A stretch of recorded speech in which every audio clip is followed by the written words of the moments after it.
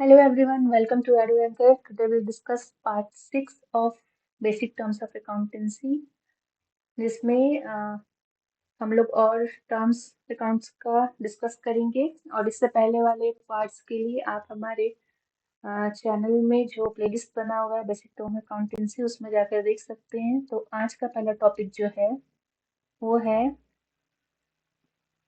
Debtors. Debtors क्या होते हैं? डेटर्स हम लोग इससे पहले वाले पार्ट में सेल्स डिस्कस कर चुके हैं। सेल्स जो है जब क्रेडिट में होता है तो जिस पर्सन ने सेल रिसीव किया होता है यानी जिस पर्सन को हमने सेल किया होता है वो हमारे डेटर्स होते हैं या फिर उस फर्म के लिए डेटर्स होते हैं। सो डेटर्स क्या है? ये रिप्रेजेंट करते हैं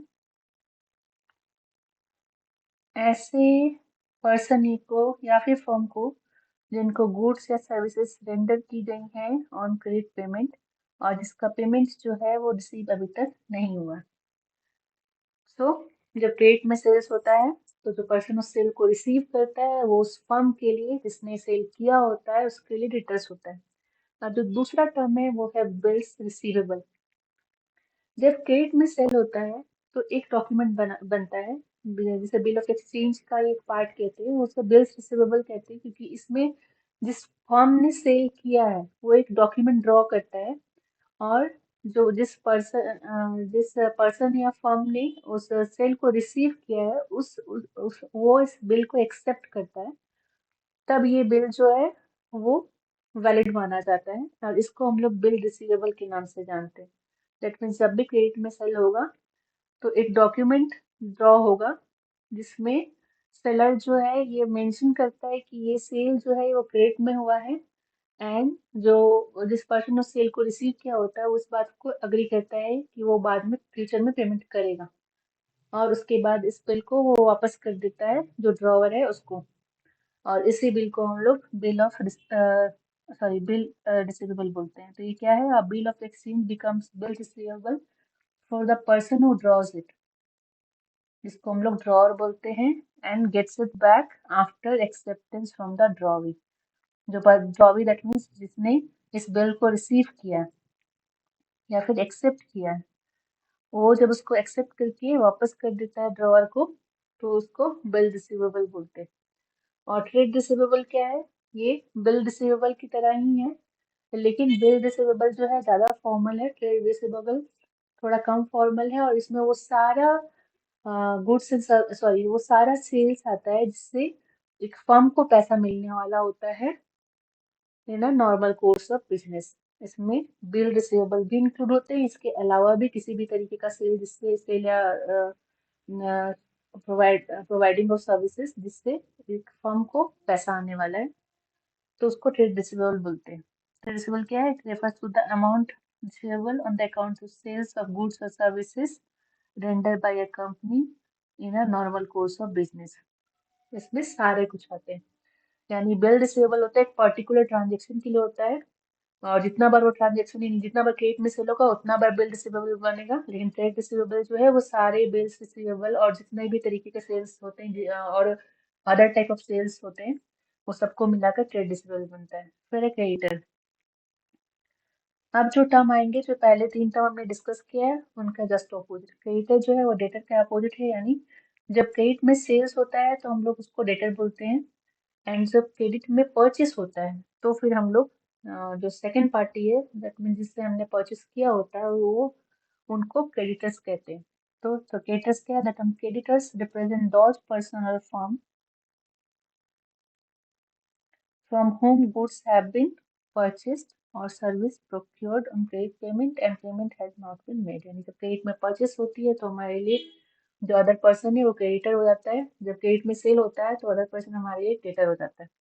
अब बिल्स पेबल क्या होता है? Bills payable just bill receivable का उल्टा है। जो पर्सन जो है बिल ऑफ एक्सचेंज को एक्सेप्ट करता है उसको बिल्स पेबल बोलते हैं। और ये हमने जैसा डिस्कस किया था कि बिल रिसीवेबल में भी जो ड्रॉई होता है वो एक्सेप्ट करके ड्रॉअर को अपना बिल वापस कर देता है, वैसे ही बिल्स पेबल में भी होता है। A bill of exchange become bill payable for the person who accepts it and returns it to the drawer. Then trade payable just like trade receivable, इसमें सारे पेबल्स होते हैं जिसमें जिसमें गुड्स और सर्विसेज परचेज की गई होती हैं in a normal course of business. इसमें सारे बिल्स और पेएबल भी इंक्लूड होते हैं। बिल्स पेएबल जो होते हैं वो एक पर्टिकुलर ट्रांजेक्शन हर बार जब जब क्रेडिट में परचेस होगा तो बिल्स पेएबल ड्रॉ होगा, लेकिन ट्रेड पेएबल जो होता है वो सारा बिल्स पेएबल को इंक्लूड करता है, साथ ही साथ और भी कोई ऐसा परचेस जिसमें हम लोग को पेमेंट करना है जो क्रेडिट में परचेस हुआ है, तो सबको मिलाकर ट्रेड पेएबल बनता है। Trade payable is the amount payable on accounts of goods and services taken in the normal course of business। जितना भी परचेस हुआ है वो सबको मिलाकर होता है। फिर है वाउचर। वाउचर क्या होता है? जब भी हम लोग कोई सामान खरीदते हैं तो हम लोग को एक रिसिप्ट मिलता है जिसमें ये लिखा होता है कितना पेमेंट करना है, कितना हम लोग जीएसटी पे कर रहे हैं, वो सारा कुछ इसमें इंक्लूडेड होता है। उस डॉक्यूमेंट को वाउचर कहते हैं, और ये वाउचर जो है इसी के बेसिस में जो अकाउंटिंग ट्रांजेक्शन है उसको रिकॉर्ड किया जाता है। तो ये वाउचर क्या है? ये जो है ये डॉक्यूमेंट नहीं होगा, ये होगा वाउचर।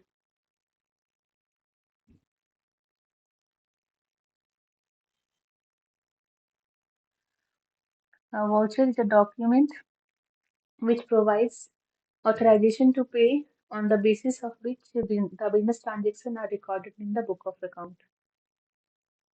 क्या है वाउचर जो है? is a document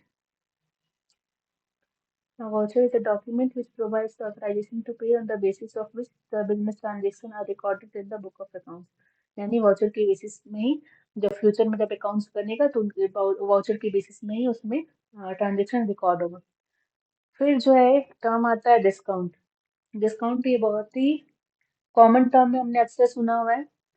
ये जो होता है जो भी सेलिंग प्राइस होती है या फिर जो भी कैटलॉग प्राइस जिसे बोलते हैं, उस पे जब कुछ अमाउंट का डिडक्शन दिया जाता है तो उसको डिस्काउंट बोलते हैं। दैट मीन्स मान लो कि कोई प्रोडक्ट 100 रुपीज का है बट सेलर बोल रहा है कि आप 80 रुपीज में ही आप इससे खरीद लो, या फिर वो 80 रुपीज में ही उसको बेचने को तैयार होता है, तो फिर हम उस केस में बोलते हैं कि सेलर ने 20 रुपीज का डिस्काउंट अलाउ किया है या फिर 20% का डिस्काउंट अलाउ किया है।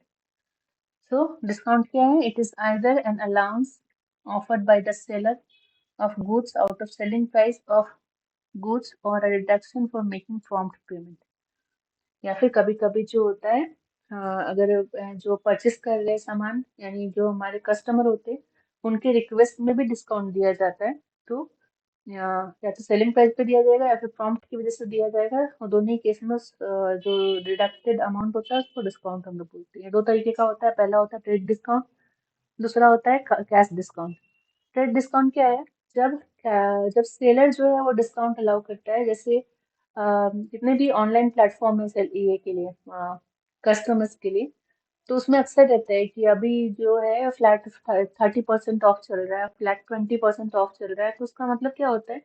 जो भी वो डिस्काउंट है 30 या 20% का, वो सभी कस्टमर के लिए इक्वली एप्लीकेबल है, यानी वो जो भी खरीदने आए सबको मिलेगा। तो इन दैट केस उस डिस्काउंट को हम लोग ट्रेड डिस्काउंट बोलेंगे। क्यों? क्योंकि ये जो है ये जो है वो सेलर अलाउ करता है अपने कस्टमर को at a fix percentage on the list और कैटलॉग प्राइस, या फिर सेलिंग प्राइस भी बोल सकते हैं हम लोग। सेलिंग प्राइस पे जब एक फिक्स परसेंटेज का डिस्काउंट जो है वो सेलर खुद से अलाउ करता है तो उसको हम लोग ट्रेड डिस्काउंट बोलते हैं।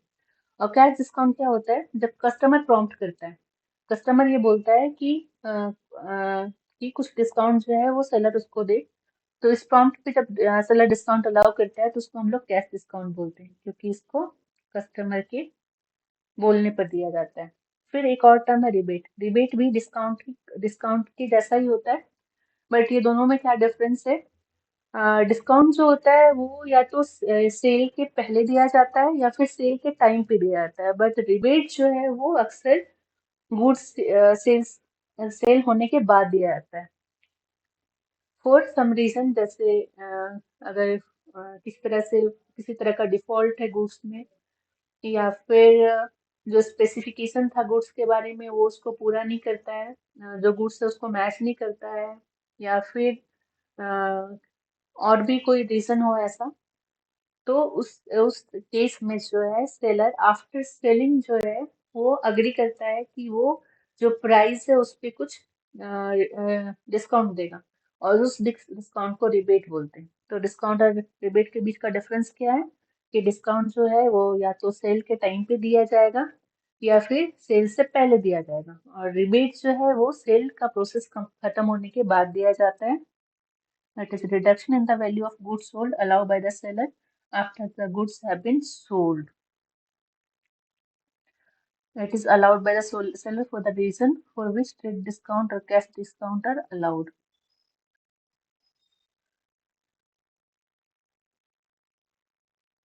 यानी ये जो है ट्रेड डिस्काउंट या कैश डिस्काउंट देने का जो भी रीजन था उसके अलावा कोई रीजन है जिसकी वजह से ये डिस्काउंट दिया जा रहा है, इसीलिए इसको रिबेट बोलते हैं। तो आज के लिए बस इतना ही। आगे के टॉपिक्स जो है हम लोग नेक्स्ट क्लास में डिस्कस करेंगे। Thank you so much. Please stay tuned with advance.